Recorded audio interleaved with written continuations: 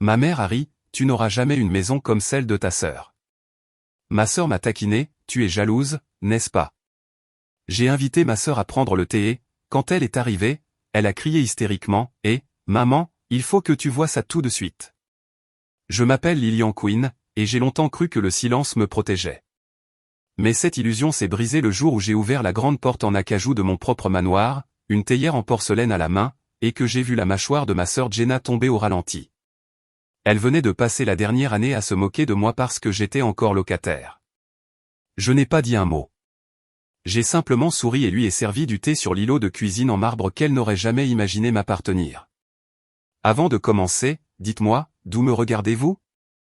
Laissez le nom de votre ville dans les commentaires. Et si vous avez déjà ravalé votre douleur juste pour préserver la paix, restez avec moi. Cette histoire est pour vous. Elle a commencé dans un cimetière. Le froid avait une morsure humide et vive qui me glaçait la nuque alors que je me tenais près du cercueil. La pluie d'octobre n'avait pas cessé une seule fois, comme si le ciel lui-même ne pouvait retenir son chagrin, même quand moi, je le pouvais. La foule était restreinte. La famille, quelques anciens collègues de papa, quelques hommes en costume gris de sa loge maçonnique. Mais je me sentais seul au milieu de tous. Je ne portais pas de noir. Je portais du gris anthracite, la couleur de la cendre, des choses qui avaient brûlé il y a longtemps. Maman se tenait à côté de moi, une statue de désapprobation, dans un manteau sur mesure et avec un rouge à lèvres qui, je ne sais comment, n'avait pas bavé. Ces mots étaient bas mais acérés. Il t'a toujours chouchouté jusqu'à la fin. Ma gorge s'est nouée. J'ai regardé droit devant moi, refusant de lui donner la satisfaction d'une réaction. Jenna, ma sœur aînée de 2 ans et reine autoproclamée des choix de vie pratiques, se tenait derrière nous avec son mari, qui tenait un parapluie au-dessus d'elle comme un trophée. Elle s'est penchée juste assez pour que sa voix porte. Bonne chance pour payer ton loyer ce mois-ci, Lil, dit-elle gentiment, assez fort pour que le couple derrière nous tressaille. Je me suis mordu l'intérieur de la joue si fort que j'ai senti le goût du sang. Je ne leur donnerai pas mes larmes. Pas ici. Pas devant tout le monde. Pas même pour lui. Pas même pour papa. Mes doigts se sont serrés plus fort autour du petit bouquet que j'avais apporté. Pas des roses, des hortensias, bleues comme la cravate qu'il portait quand il m'a appris à conduire. Je me suis agenouillé lentement et j'ai posé les fleurs sur le couvercle laqué du cercueil. Je vais bien, papa, ai-je murmuré si bas que seule la terre sous nous pouvait m'entendre, même s'ils ne le savent pas encore. Alors que je me relevais, une rafale de vent s'est engouffrée dans mon manteau et l'a fait s'ouvrir brusquement. Et pendant une brève seconde, j'ai vu le reflet de ma montre, un cadeau d'un PDG pour qui j'avais un jour repensé une ligne de produit. Elle n'était pas tapa accent grave-l'œil, juste de haute qualité et subtile, comme moi. Le regard de ma mère a capté le reflet et s'est plissé, mais elle n'a rien dit. Le prêtre a continué les rites tandis que la pluie martelait le dessus des chaussures vernies et que les parapluies s'agitaient dans la brise. J'entendais à peine les mots. Mon pouls battait à tout rompre dans mes oreilles. Que votre cœur ne se trouble point, mais le mien l'était. Je voulais crier, pleurer, frapper la boue. Au lieu de cela, je suis resté immobile, car la dignité était la seule chose qu'il ne pouvait pas m'enlever. Jenna s'est approchée une dernière fois alors que la foule commençait à se disperser. Tu seras probablement de retour dans la chambre d'amis de maman avant Noël, dit-elle. Mais ne t'attends pas à ce qu'elle cuisine. Je me suis tourné lentement vers elle, les yeux secs et perçants. Je n'ai pas faim, ai-je dit d'un ton égal. Pas de ce que vous servez, ni l'une ni l'autre. Sa bouche a eu un tic, surprise. Est-ce que j'ai répondu, mais elle avait toujours l'air suffisante. Tu as toujours été trop sensible, a ajouté maman en me dépassant pour se diriger vers la berline qui attendait. C'est pour ça que tu ne tiendras jamais le coulador. J'ai regardé leur dos disparaître dans la brume et le ciel grisos. Mes doigts, toujours crispés sur le programme des funérailles détrempées, tremblaient. Ils ne savaient pas ce que je construisais. Pas encore. Mais un jour, ils entreraient dans une pièce où ils supposeraient que je n'avais pas ma place et réaliseraient qu'elle était à moi. Les funérailles étaient terminées, mais la vraie performance ne faisait que commencer. De retour à la vieille maison coloniale en pierre d'Ardmore, ma maison d'enfance transformée en un champ de mine psychologique. L'air à l'intérieur était tout aussi froid qu'au cimetière, la pluie en moins. Le chauffage était techniquement allumé, mais il ne semblait jamais atteindre les pièces qui comptaient, surtout pas la cuisine, où toute la chaleur avait été remplacée par le jugement et une pitié de circonstance. Jenna avait enlevé ses bottes dès que nous étions entrés et trônait maintenant dans le salon, un verre de vin dans une main et le genou de son mari dans l'autre. Je suis resté près de l'entrée, encore humide de la pluie, une assiette en carton de salade de pommes de terre devenant molle dans ma main. Tellement contente qu'on ait décidé de ne pas enterrer papa à côté de grand-mère Irène, disait Jenna à notre cousine Dana. Ce cimetière est pratiquement sous l'eau, pas chic. Personne ne veut d'un enterrement dans un marécage. Dana a eu un rire gêné. Pas moi. Je me suis glissé dans la cuisine, espérant trouver un coin tranquille où personne n'aurait besoin de mon avis sur la couleur du cercueil ou le gratin. Mais même la cuisine, la seule pièce que j'avais autrefois considérée comme sûre, n'était plus un refuge. Je les ai entendues avant qu'elle ne me voie. Elle ne s'est jamais vraiment prise en main comme Jenna, disait maman, la voix basse mais pointue. Lilian a toujours couru après des idées. Des idées ? Répéta tante Cathy, amusée. Maman soupira comme si elle endurait un fardeau. Elle est toujours dans un appartement en location quelque part, où est-ce encore ? Ce quartier industriel de la ville. Manayink, a fourni Cathy. Oui, c'est ça, tout ce dont elle parle, c'est d'expérience utilisateur et de stratégie produit, comme si ça voulait dire quelque chose pour les gens qui ont de vrais boulots. Jenna parle déjà d'acheter une deuxième propriété. Elle a toujours eu cet esprit pratique. Le rire était doux et aigu, comme des couverts qui s'entrechoquent. Je suis resté figé près du garde-manger, mon cœur battant dans mes oreilles. Elle ne m'avait pas vu. Ou peut-être que si, et qu'elle s'en fichait. Les deux faisaient mal. J'ai tourné les talons, suis retourné dans le couloir et j'ai attrapé mon téléphone comme s'il venait de vibrer. Désolé, ai-je murmuré à personne en particulier. Un appel du travail. Personne n'a posé de questions. Pourquoi l'aurait-il fait ? Pour eux, j'étais l'original, la rêveuse, l'amérante qui avait besoin d'excuses pour éviter la famille. Je suis sorti dans le crépuscule gris et j'ai fait quelques pas sur le chemin de pierre, juste assez loin pour pouvoir respirer. L'air humide collait à ma peau, mais je m'en fichais. Mon téléphone n'avait pas vibré. Personne n'appelait. Je ne pouvais simplement pas supporter une seconde de plus dans cette cuisine. L'expérience utilisateur, ai-je marmonné amèrement, imitant le ton de ma mère. Comme si ça voulait dire quelque chose. Je voulais crier. Ça veut dire que je repense des systèmes pour que les gens ne jettent pas leur téléphone par la fenêtre. Ça veut dire que je gagne plus d'argent que Jenna et son mari réunis. Mais je ne l'ai pas fait. Je ne le ferai pas, parce que ce n'était pas le plan. Le plan était de faire profil bas, de travailler en silence, de les laisser continuer à penser qu'ils savaient qui j'étais, puis un jour de leur montrer qu'ils ne me connaissaient pas du tout. J'ai regardé la pelouse humide, les arbustes envahissants dont Jenna m'avait un jour accusé lors d'un été où nous étions punis ensemble. Il était toujours plus facile de me faire passer pour la désordonnée, l'impraticable, parce qu'alors il n'avait pas à affronter la vérité. La vérité, c'est que j'étais celle qui avait survécu. Pas seulement à la mort de papa, mais à des années de minimisation, de critique et de mépris silencieux. La vérité, c'est que j'étais celle qui avait trouvé une issue, même s'il ne pouvait pas la voir. Et je n'allais pas briser cette illusion pour l'instant. Je suis rentré, calme et le visage impassible. Jenna a croisé mon regard alors que je traversais de nouveau le salon.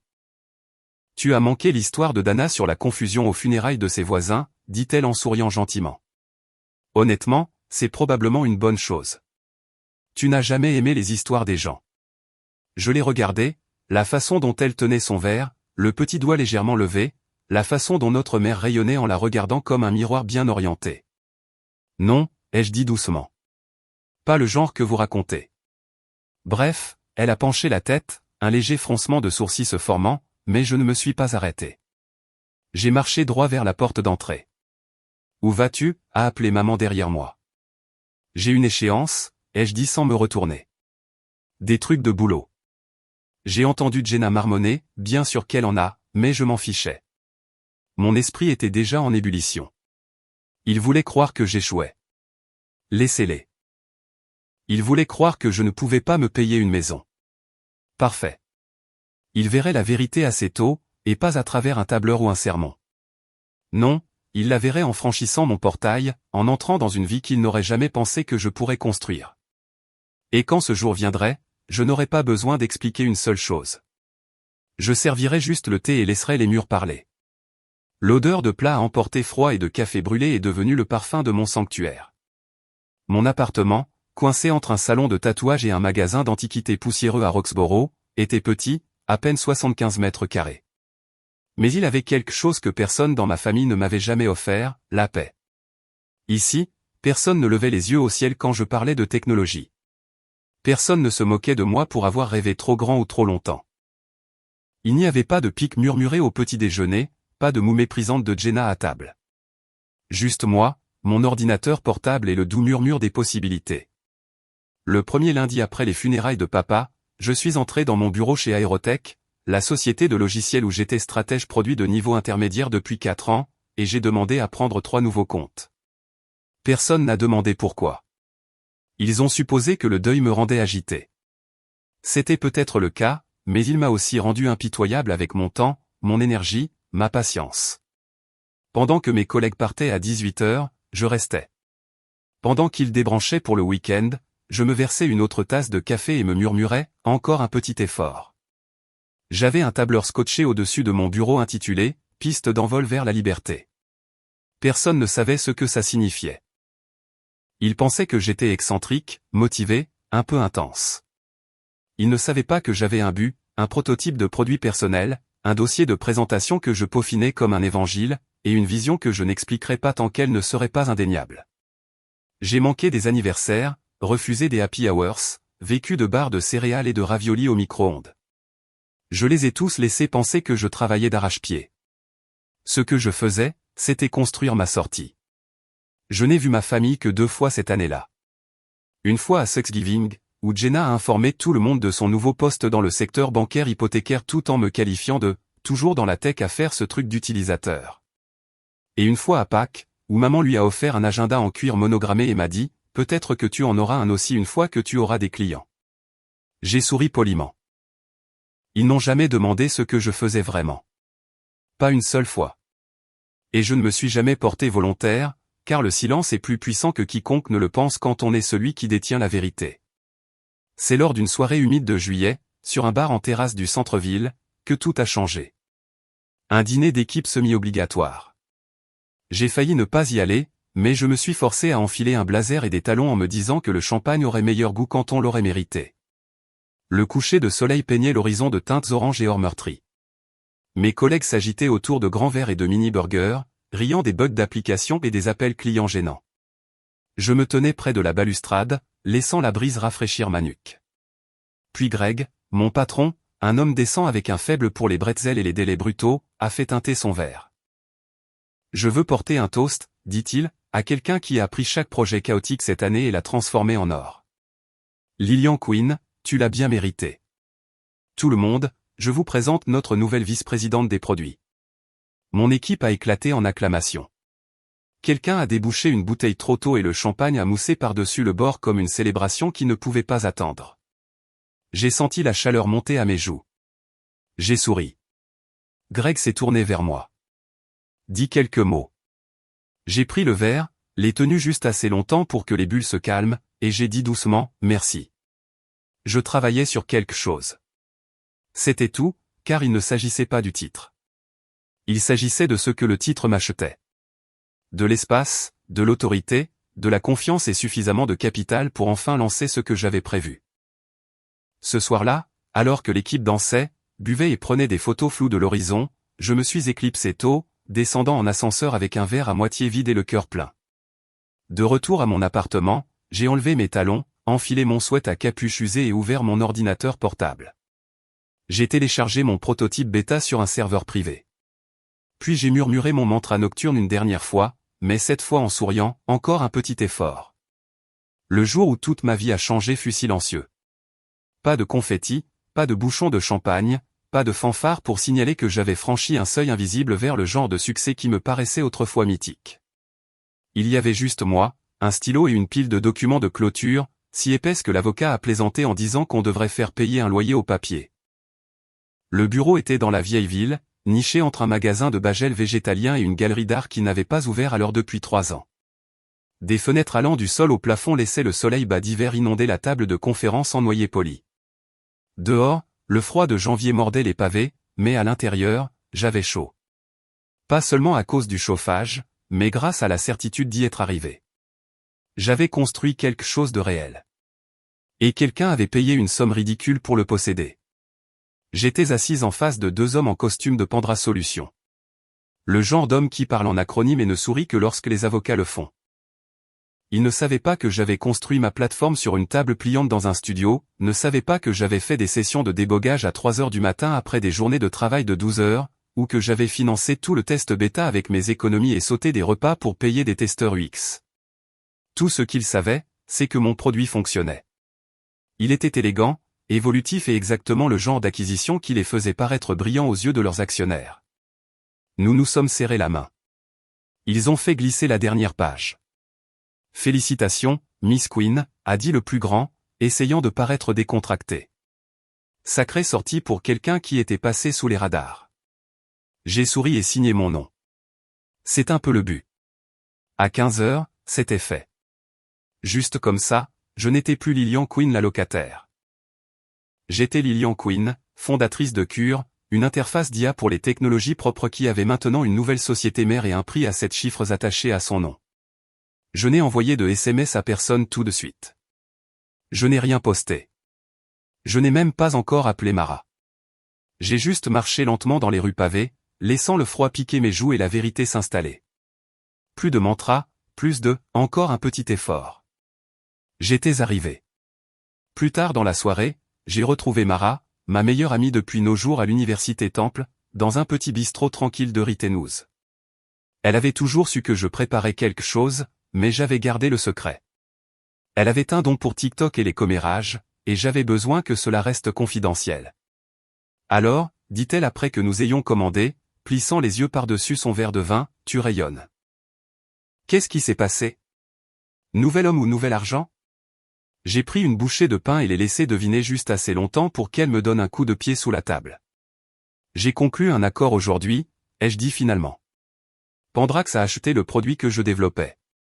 Mara cligna des yeux. Attends, acheter?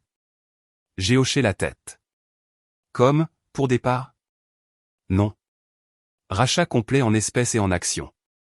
Elle s'est penchée, ses boucles d'oreilles captant la lumière de la bougie. Lilian Queen, es-tu en train de me dire, elle a baissé la voix. Que tu es riche. J'ai souri et haussé les épaules. Je te dis qu'on partage le dessert. Elle a presque crié. Tu ferais mieux de plaisanter. J'ai juste levé mon verre, à la patience. Elle a ri, clignant rapidement des yeux, et s'est adossée à sa chaise en secouant la tête. Ma belle, a-t-elle murmuré, tu es riche. Je n'ai rien dit pendant une longue seconde, puis, gardons ça entre nous. Parce que je savais déjà ce que j'allais faire ensuite, et cela devait rester secret. 2 heures plus tard, j'étais chez moi dans mon appartement, assise en tailleur sur le sol à côté de mon vieux radiateur, avec un ordinateur portable perché sur une boîte en carton que je n'avais jamais déballée. L'immeuble craquait avec ses gémissements hivernaux habituels. Le papier peint se décollait toujours au-dessus de la fenêtre. Le chauffage suffoquait comme s'il allait abandonner, mais je m'en fichais, car sur mon écran se trouvait l'annonce que j'avais sauvegardée il y a 6 mois. Un manoir en pierre de 500 mètres carrés à Chestnut-Hill.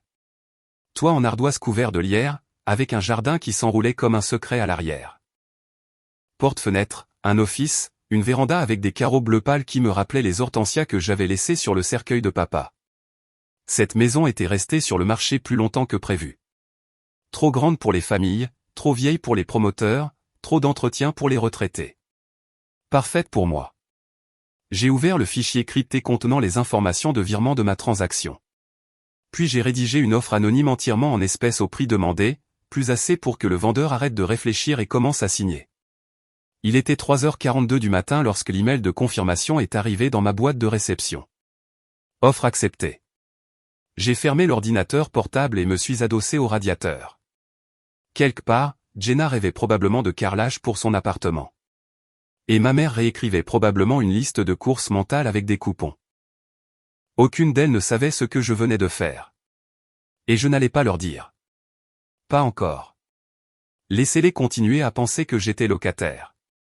Laissez-les croire que je poursuivais des rêves. Je n'avais pas seulement acheté une maison.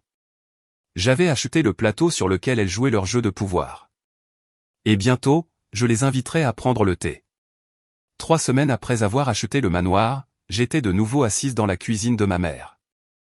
Même rideaux floraux délavés, même tasse ébréchée avec « meilleure cuisinière du monde » ironiquement écrit sur le côté. Je ne lui avais rien dit. Ni sur la promotion, ni sur l'accord, et certainement pas sur la maison. Elle croyait toujours que j'étais dans ma petite location au-dessus de ce bar bruyant, et je ne l'ai pas corrigé. Certaines vérités méritent d'arriver sur des talons hauts. Je ne comprends tout simplement pas pourquoi tu traînes les pieds, dit-elle en coupant une poire meurtrie et en la laissant tomber dans un bol ébréché. Tu as 32 ans. N'est-il pas temps de t'enraciner? Ou es-tu toujours dans cette phase où tu penses que liberté signifie pauvreté? J'ai remué lentement mon café, laissant le tourbillon de crème me donner quelque chose à regarder à part ses yeux. Je ne suis pas prête à acheter, ai-je dit. Je réfléchis encore à ce que je veux. Typique, marmonnatait-elle. Jenna le savait à 26 ans. Juste à ce moment-là, Jenna est entrée dans la pièce, un sac de pain au levain à la main comme si elle livrait des offrandes sacrées. Son manteau était ouvert, ses cheveux bouclés, ses lunettes de soleil poussées dans son bandeau parfaitement lisse. Elle a rayonné, a embrassé maman sur la joue, et s'est tournée vers moi avec la même vieille condescendance scintillante. J'ai apporté la bonne sorte, dit-elle. Ne t'inquiète pas, Lil. Je me suis assuré qu'il y en avait un pour toi. Oh, ai-je dit légèrement. Merci. Maman a tapé dans ses mains. Asseyez-vous, toutes les deux. Fait-on un peu ça? Pourquoi, ai-je demandé en sirotant mon café qui refroidissait. Jenna a montré ses doigts manucurés. Mon offre a été acceptée. J'ai eu la maison à Devon. 3 chambres, 2 salles de bain et demi, concept ouvert, tout. Réfrigérateur à vin intégré. Tu vas mourir quand tu verras le dressing. C'est merveilleux, ai-je dit en souriant. Félicitations. Merci, dit-elle en rejetant ses cheveux en arrière. Et une fois que je serai installé, peut-être que tu pourras enfin dire que tu as été à l'intérieur d'une vraie maison. Elle a ri de sa propre blague et s'est tournée vers maman, qui a gloussé avec elle. J'ai juste remué mon café à nouveau. La tasse était une des vieilles tasses de maman, délavée par le lave-vaisselle, une petite ébréchure sur l'anse. Familière et banale. Bien sûr, ai-je dit doucement.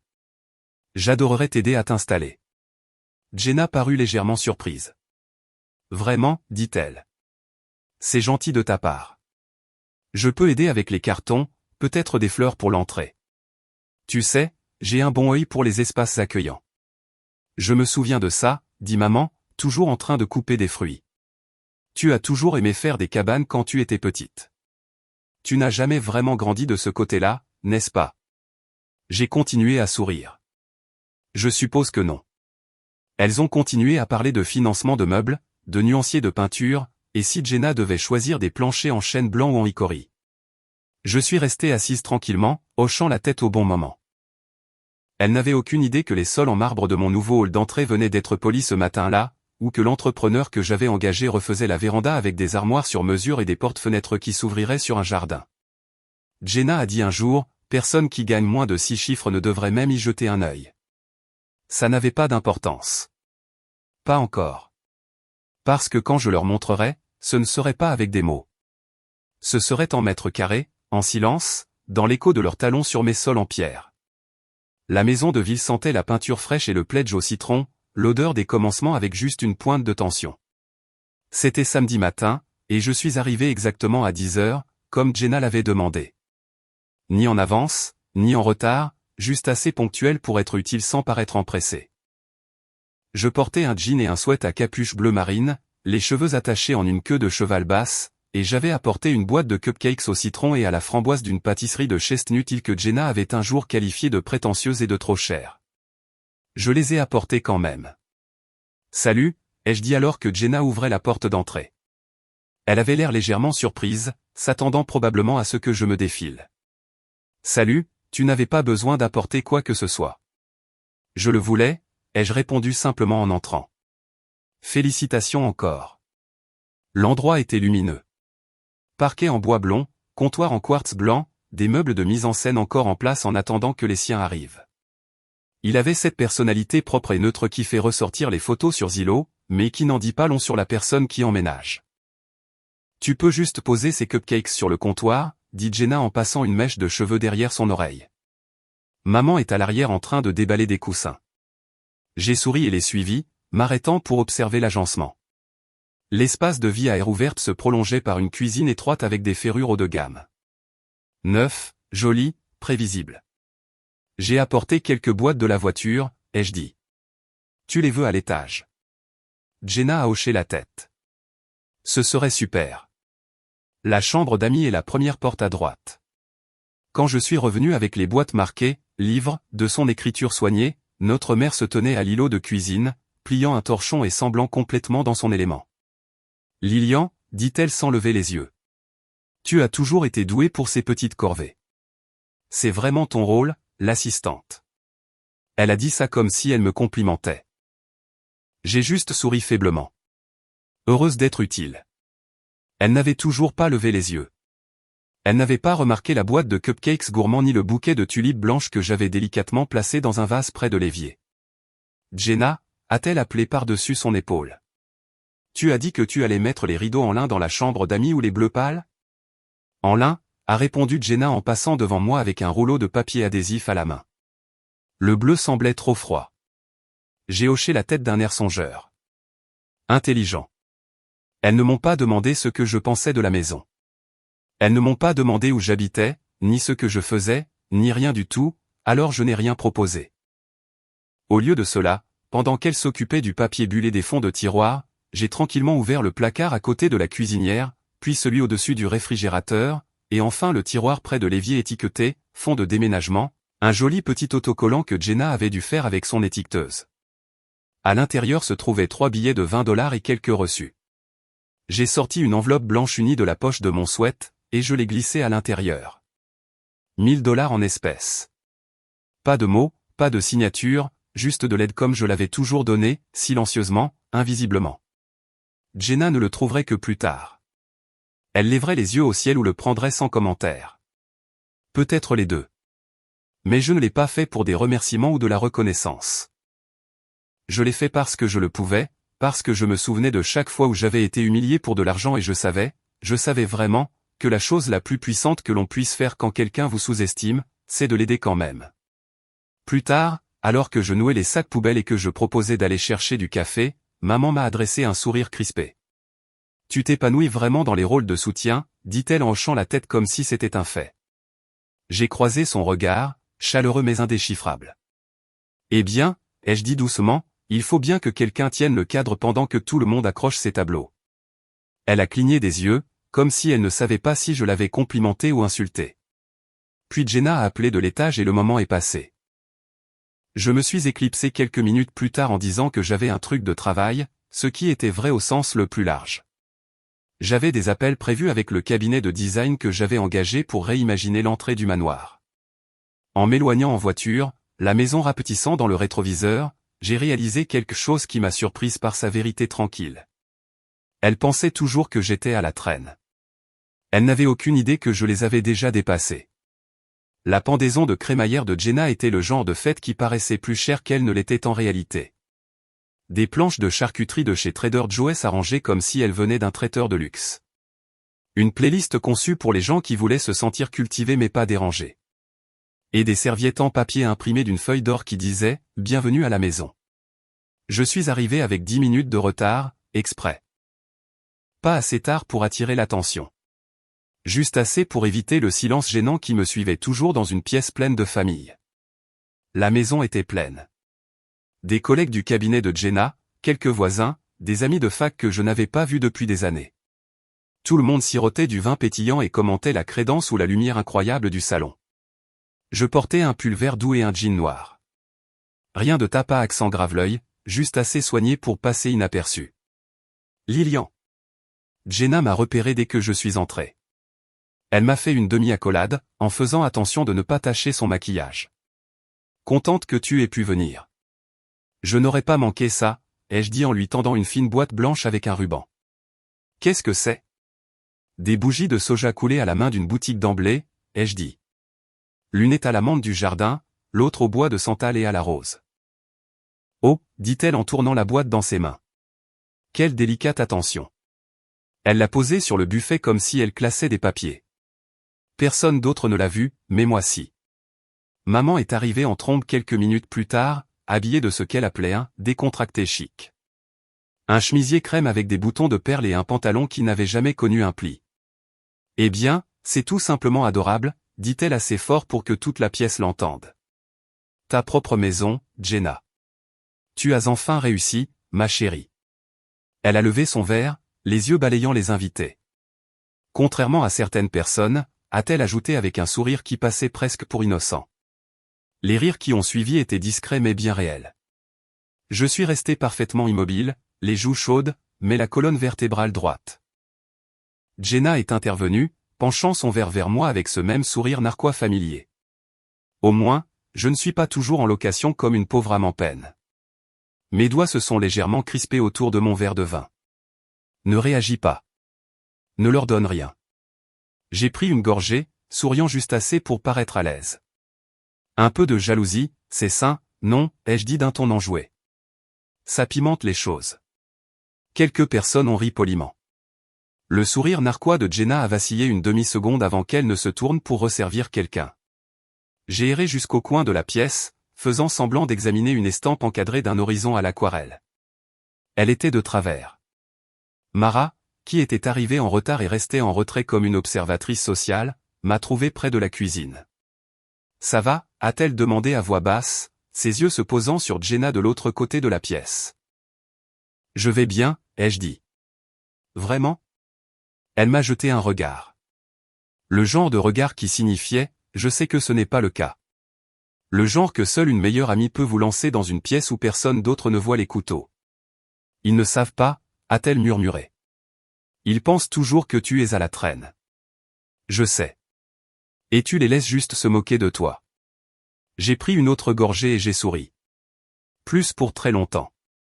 Quelques minutes plus tard, Andrew, un collègue de Jenna, m'a demandé où j'habitais, et j'ai répété la même rengaine. Toujours dans mon appartement près de Manayunk. Petit, mais le loyer est bon. Pas encore prêt à acheter. Il a hoché la tête, sans se douter de rien, car ce n'était pas le moment. C'était la scène avant que le rideau ne se lève. Je suis resté encore 20 minutes, juste assez longtemps pour aider à remplir les chips et redresser le tableau de travers quand personne ne regardait.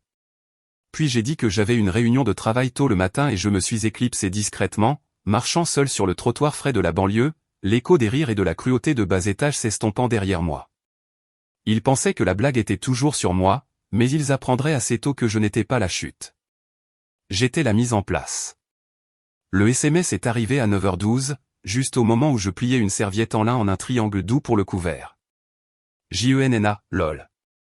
Toujours pas intéressé à louer les chambres mais merci pour l'invitation. Je l'ai lu une fois, puis une autre, puis une troisième fois.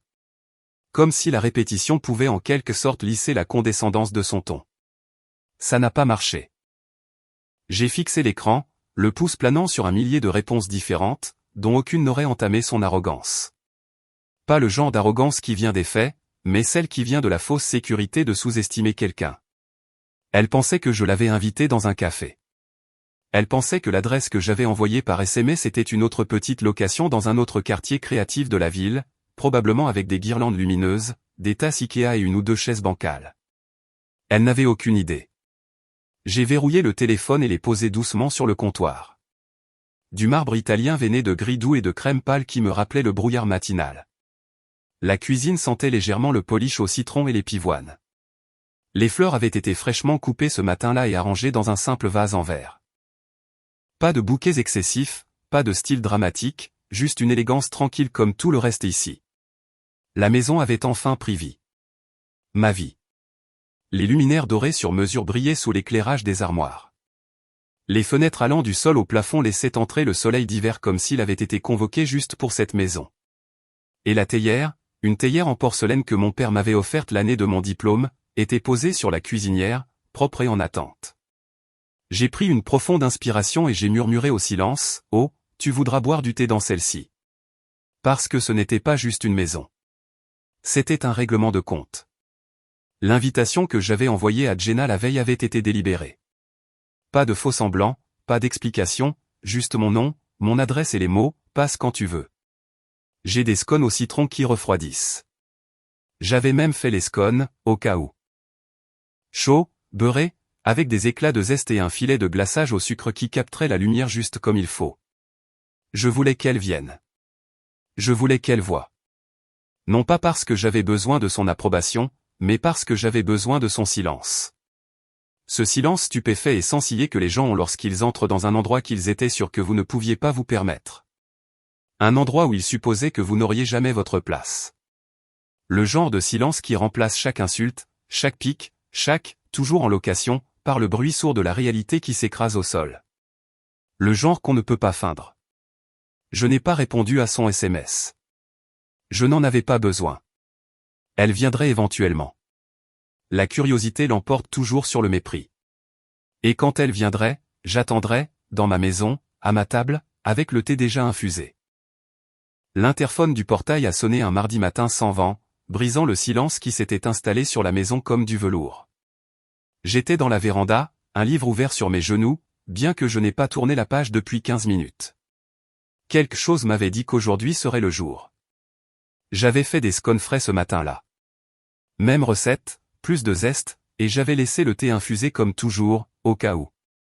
Quand l'interphone a grésillé, je n'ai pas tressailli. Lilian, salut, c'est Jenna. J'étais dans le coin et je me suis dit que je passerais. Voir ton appartement. Même à travers l'audio granuleux, je pouvais entendre l'hésitation, la fausse désinvolture, la façon dont sa voix montait sur « appartement », comme si elle essayait de le faire paraître petit, comme si elle croyait encore qu'il pouvait l'être. J'ai appuyé sur le bouton, calme et clair. Entre. J'ai fait des scones au citron. Silence pendant une demi-seconde, puis un « d'accord » marmonné. J'ai regardé par la fenêtre les grilles en fer forgé grincer en s'ouvrant sur commande, le moteur ronronnant doucement sous leur poids, et la voilà. Le SUV argenté et élégant de Jenna s'est avancé lentement, comme si elle n'était pas sûre d'avoir la bonne adresse. Sa tête était légèrement inclinée alors qu'elle passait les haies, les sourcils froncés. Elle n'avait même pas atteint la moitié de l'allée que je pouvais déjà sentir les rouages de son cerveau grincer contre les faits. Ce n'était pas un appartement. Ce n'était pas un immeuble sans ascenseur. C'était une demeure conçue pour imposer le respect. 3 étages de pierre recouvertes de lierre se dressaient devant elle, stoïques et sans complexe. Des fenêtres à meneaux brillaient au soleil d'hiver. L'allée circulaire s'enroulait soigneusement autour d'une fontaine qui coulait encore même en janvier, parce que j'avais payé l'entrepreneur un supplément pour installer une base chauffante. Elle s'est arrêtée et est restée assise une seconde, la main encore sur le levier de vitesse. Je suis resté là où j'étais, encadré par la porte d'entrée, un chemisier ivoire d'où rentrer dans un jean foncé, les cheveux lâchés, pas de chaussures, juste ancrée et silencieuse. Elle est finalement sortie, lissant sa veste comme si cela pouvait la protéger de ce qu'elle voyait. Est-ce que c'est, a-t-elle commencé, marchant lentement vers les marches du perron, comme si elle ne leur faisait pas confiance de ne pas disparaître sous ses pieds. C'est ici que je vis, ai-je dit doucement. Je suis là depuis quelques mois. Ses yeux ont rebondi des fenêtres cintrées à la porte laquée noire, puis au heurtoir en laiton poli en forme de tête de lion. Mais tu as dit. Je sais ce que j'ai dit, ai-je répondu. Je laissais les choses se tasser. Le mot, tasser, a semblé atterrir quelque part entre ses clavicules et lui a coupé le souffle. Je me suis écarté, laissant la porte s'ouvrir plus largement. Entre. Les scones sont encore chauds. Elle a cligné des yeux une fois, puis a franchi le seuil. Je l'ai regardé entrer dans mon monde, ses bottes claquant doucement contre le parquet en chêne à chevrons. Son regard a parcouru le plafond voûté, les moulures, la douce lumière qui tombait du puits de lumière et frappait l'îlot en marbre comme un projecteur. Son souffle s'est coupé quand elle a vu les fleurs au centre de la cuisine, des pivoines rose pâle, fraîchement coupées et grandes ouvertes, reposant dans un vase en cristal qui avait appartenu à notre grand-mère. Elle n'a pas parlé. J'ai versé du thé dans de délicates tasses en porcelaine et j'ai placé un scone sur une petite assiette en porcelaine devant elle. Elle s'est assise raidement à l'îlot, les yeux toujours rivés sur les contours de tout ce qu'elle n'avait pas imaginé que je pourrais avoir. De la crème, ai-je demandé d'une voix égale. Elle a secoué la tête, sans voix pour la première fois depuis des années. J'ai remué le mien tranquillement, la cuillère tintant doucement contre la tasse. Puis j'ai souri, doucement et sans faiblir. Je suppose que ça rend mal en photo, ai-je dit. Jenna n'a même pas dépassé le hall d'entrée avant de reculer à nouveau. Je venais à peine de poser la deuxième tasse de thé que j'ai entendu le claquement sec de ses talons sur les marches en ardoise du perron. Puis plus rien, une pause, un changement. Ses pas ont fait demi-tour. Je l'ai suivi tranquillement jusqu'à la porte d'entrée, en faisant attention de ne pas renverser la théière. Depuis la fenêtre de l'entrée, je l'ai vu debout au bord de l'allée, son téléphone serré dans ses deux mains comme un radeau de sauvetage. Elle faisait les 100 pas, la bouche bougeant rapidement. J'ai entrouvert la porte juste assez pour entendre les mots. Non, maman, écoute-moi. Tu dois venir tout de suite. Non, ne t'arrête pas pour faire le plein. Monte juste dans la voiture et conduis. Je te jure devant Dieu, tu ne vas pas croire ça. Un temps de silence. Puis, plus vivement, elle en est propriétaire. Cette maison. C'est la sienne. La voix de Jenna s'est brisée à la fin, comme si le fait de le dire à voix haute avait fracturé quelque chose en elle. Je me suis avancé complètement dans l'embrasure de la porte, laissant la lumière du lustre se répandre dans l'entrée derrière moi, peignant l'espace d'un or chaud qui semblait sortir d'un catalogue. Elle s'est retournée, surprise, et m'a dévisagé depuis le bas de l'allée. Je tenais la théière dans mes deux mains, stable et silencieuse. « Tout va bien ?» ai-je demandé. Elle m'a regardé comme si j'étais quelqu'un d'autre. Peut-être que je l'étais. Tu vis vraiment ici ? Sa voix était maintenant feutrée, teintée de confusion. C'est à toi. J'ai hoché la tête lentement. Chaque centimètre carré. Mais comment ? Il commence à faire froid, ai-je dit doucement, et je suis rentré, laissant la porte ouverte derrière moi. Les pas ne sont pas venus immédiatement. Je l'imaginais debout là, à assimiler le lierre sur les murs, la symétrie des haies, le fait que le portail avait enregistré son nom comme visiteuse, pas comme résidente. Je n'avais pas besoin de me retourner pour savoir qu'elle suivrait. Pas cette fois. 10 minutes ont passé, peut-être moins. Puis la sonnette a de nouveau retenti. J'ai appuyé sur l'interphone. C'est moi. La voix de maman, sèche et sceptique. On m'a dit qu'il y avait eu un malentendu. J'ai souri en relâchant le bouton. Entrez, ai-je dit. Vous voudrez voir ça par vous-même. Les portes se sont ouvertes avec une douceur que seuls les moteurs bien entretenus peuvent offrir. J'ai regardé depuis la fenêtre de devant la berline de maman arriver rapidement, comme si elle pensait que l'urgence pourrait changer ce qu'elle était sur le point de voir. Elle est sortie de la voiture avant qu'elle ne s'arrête complètement, tout en ajustant son manteau. Où est Jenna ? A-t-elle lancé, les yeux balayant le porche. Elle est à l'intérieur, ai-je appelé depuis l'embrasure de la porte. Son regard s'est déplacé vers le haut, au-delà de moi, au-delà du lustre brillant, au-delà de la porte d'entrée massive qui semblait appartenir à un musée. Puis il est retombé sur moi, sur la théière que je tenais toujours, sur le sourire tranquille de mon visage. Elle a monté une marche, puis une autre. C'est une location, a-t-elle demandé, la voix plus basse maintenant. Non. Ses yeux se sont plissés. La maison d'une amie ? Non plus. Alors quoi ? Je me suis reculé et j'ai ouvert la porte plus grand. Bienvenue chez moi. Les mots se sont posés entre nous, comme un gant jeté, mais il n'y avait aucune méchanceté dans mon ton. Juste la calme vérité. Le genre de vérité qui n'a pas besoin d'élever la voix pour être entendue. Elle a hésité, juste assez longtemps pour que l'air change. Puis Jenna est apparue au bout du couloir, tenant toujours sa tasse de thé. Elle avait l'air sous le choc, comme si elle s'était égarée dans une scène qu'elle ne parvenait pas à comprendre. « Maman, dit-elle, à bout de souffle. C'est réel. Tout est à elle. » Les yeux de maman sont passés de Jenna aux moulures au-dessus de ma tête, puis au tableau à l'huile encadré derrière moi. Enfin, à moi, mais elle n'a rien dit. Et dans ce silence, j'ai trouvé quelque chose que je n'attendais pas. Pas de la vengeance, pas du triomphe, juste de la paix. Je me suis tourné vers la cuisine, laissant le doux tintement de la théière contre la porcelaine remplir l'air.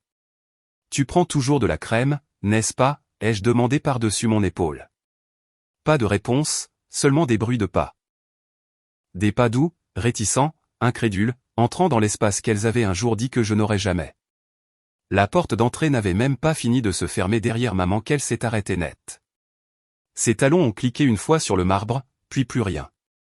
Elle est restée là, le souffle coupé, les yeux parcourant le grand escalier, les nervures de cristal du lustre, les peintures à l'huile et le plafond voûté qui semblait s'élever de plus en plus haut à mesure qu'elle le fixait. Ceci, a-t-elle murmuré. C'est. Jenna s'est précipitée derrière elle, les mains tremblantes. Maman, a-t-elle lâché. Tu nous as dit qu'elle était fauchée. Les mots ont atterri comme une gifle. Je n'ai pas tressailli. J'ai levé ma tasse, pris une petite gorgée de thé, et l'ai reposée sur la soucoupe avec un son doux et délibéré. Je n'ai jamais dit ça, ai-je répondu calmement. Vous l'avez supposé. Maman s'est tournée lentement vers moi. Tu m'as dit que tu étais en location. Je t'ai dit que je n'étais pas prête à acheter, ai-je corrigé. Ce n'est pas la même chose. La voix de Jenna s'est brisée. Mais tu nous as laissé penser. Je vous ai laissé penser ce que vous vouliez, ai-je dit. Je n'ai jamais menti. Le silence s'est étiré. Le visage de maman a changé, la couleur s'estompant puis revenant trop vite. Depuis combien de temps, a-t-elle exigé? Un certain temps. Depuis combien de temps, a-t-elle répété plus sèchement? Assez longtemps pour apprendre qui j'étais sans vos opinions. Jenna s'est affaissée sur le bord d'un fauteuil en velours, fixant le sol. Tu nous as laissé te ridiculiser, dit-elle faiblement. Tu as laissé maman t'humilier. Pourquoi? J'ai croisé son regard. Parce que j'avais besoin de savoir si vous arrêteriez un jour. Aucune d'elles n'a répondu. Les épaules de maman se sont affaissées, quelque chose de fragile se brisant enfin dans sa posture rigide. Nous avions peur de toi, dit-elle soudain, la voix tremblante. Le savais-tu? Jenna a levé les yeux, surprise. Maman, non. Elle a continué, les yeux toujours fixés sur moi. Nous l'avons toujours été. Tu étais exactement comme ton père. Silencieuse, observatrice, visant toujours plus haut. Nous ne pouvions pas te contrôler. Les mots ont frappé plus fort que n'importe quelle insulte qu'elles avaient jamais lancée. Quand on ne peut pas contrôler quelque chose, a ajouté Jenna doucement, on le rend petit. J'ai senti quelque chose se desserrer dans ma poitrine. Pas de la colère. De la compréhension. Alors vous m'avez qualifié d'impraticable, ai-je dit. D'instable. De rêveuse. Maman a dégluti. C'était plus facile que d'admettre que tu étais plus forte. Je me suis levé, lissant le tissu de mon chemisier, et j'ai marché vers elle. Chaque pas résonnait. Je n'ai pas construit ça pour vous faire du mal, ai-je dit. Je l'ai construit parce que je le méritais. Les yeux de Jenna se sont remplis de larmes.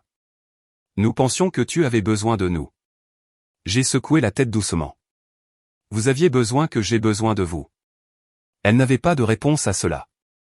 J'ai soulevé la théière et j'ai servi, la vapeur s'élevant entre nous comme un rideau qui tombe en silence. Du thé, ai-je demandé. Et pour la première fois de ma vie, elles m'ont regardé non pas comme la fille inférieure, mais comme la femme qu'elles avaient sous-estimée. Les camélias commençaient tout juste à fleurir lorsque nous nous sommes assises à la table en pierre dans le jardin arrière, moi, Jenna et maman.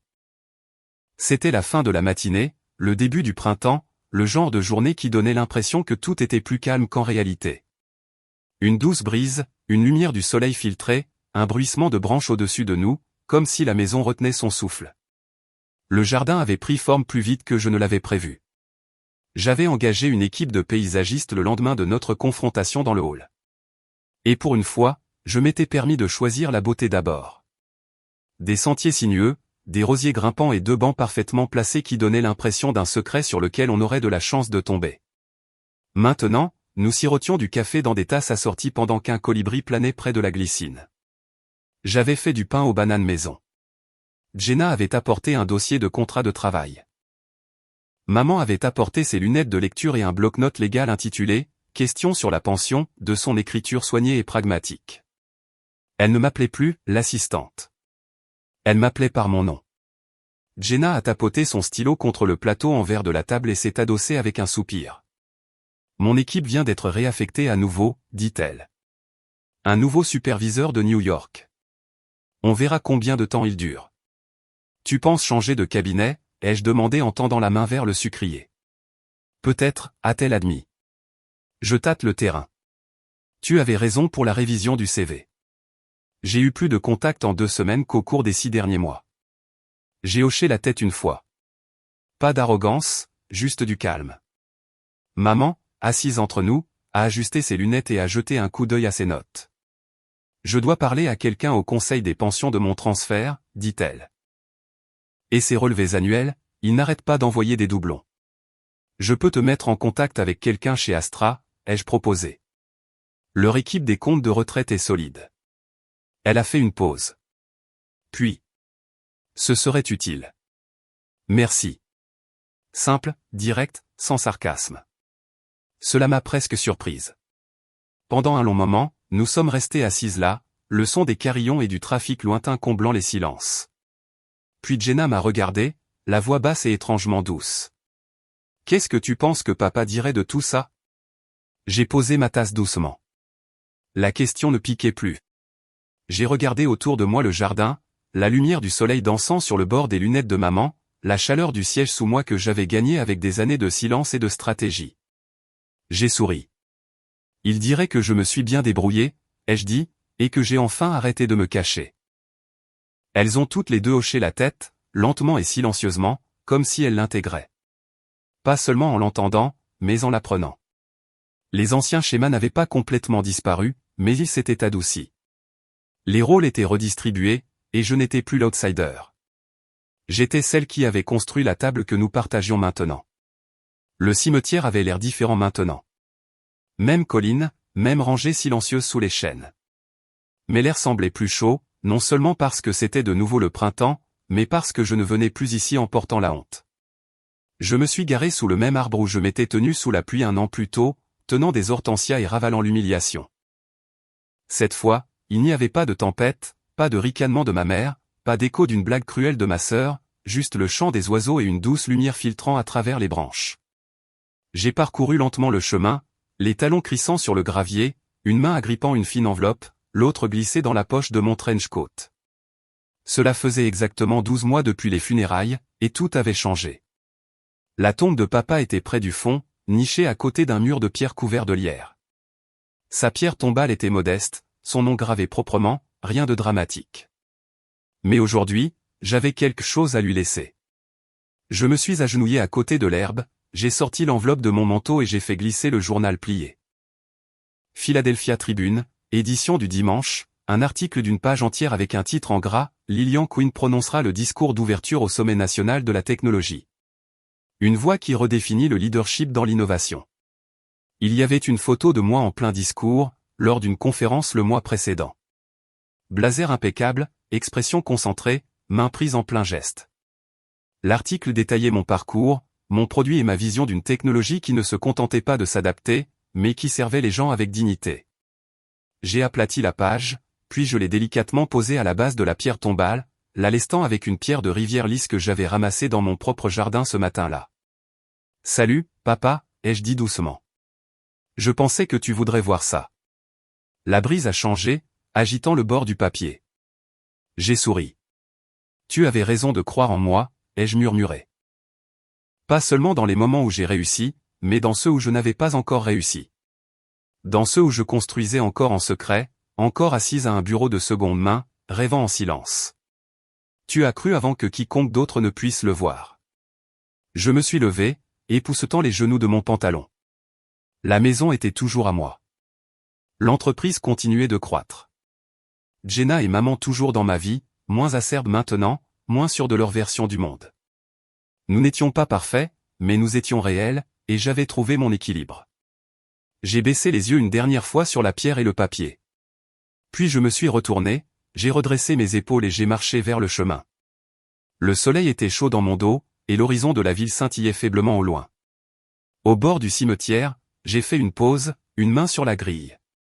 Je crois enfin en moi, aussi, ai-je dit à voix haute. Et puis j'ai avancé. Sans hâte, sans peur, sans besoin d'expliquer, juste une certitude tranquille montant régulièrement dans ma poitrine. C'était ma vie maintenant, et j'en avais construit chaque centimètre. C'était la fin de mon histoire. Je pense encore au moment où Jenna a tranquillement accepté l'enveloppe d'argent que j'avais laissée dans son tiroir. Pas de merci, pas de questions, juste le silence. Elle aurait pu la refuser ou au moins le reconnaître. A-t-elle fait ce qu'il fallait? Dites-moi dans les commentaires ce que vous auriez fait à sa place. Et si mon histoire a signifié quelque chose pour vous, n'oubliez pas de liker, de vous abonner et de rester avec moi pour la prochaine.